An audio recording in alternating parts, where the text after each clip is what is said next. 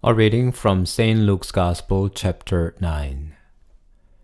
Herod, the ruler, heard about all that Jesus had done, and he was perplexed, because it was said by some that John had been raised from the dead, by some that Elijah had appeared, and by others that one of the ancient prophets had arisen. Herod said, "John I beheaded, but who is this about whom I hear such things?" And Herod tried to see Jesus.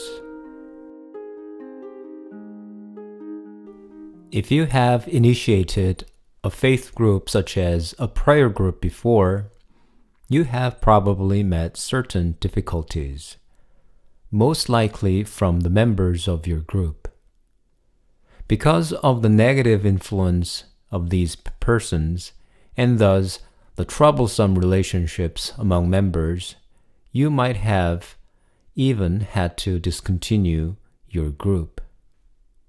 Similar things often happen in new ministries in the church.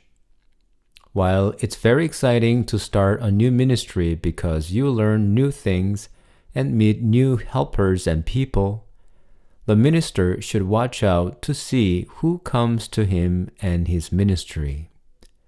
Sometimes people with different motives and personal agendas can seriously impede the health of the growth of your ministry. And the minister can be left with disappointment and frustration. When a church community holds an event, people come with different expectations and intents.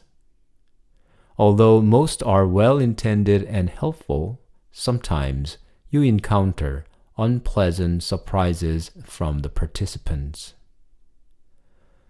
Today's gospel passage, when we read it separately, may sound insignificant and anecdotal. But when we see Luke placed it between the sending out the 12 apostles and the return of them, we realize this short passage suggests that the apostles should encounter many misunderstandings of Christ and people like Herod in their ministry. The people searching for Christ for own curiosity and benefit, sometimes with evil and wicked intents.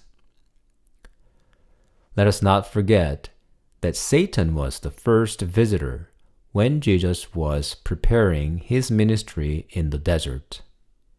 Satan does not leave the church alone. When we bring the gospel to ourselves and to our neighbors, we are likely to face his force. We run to misunderstandings not only of the gospel, but also of us.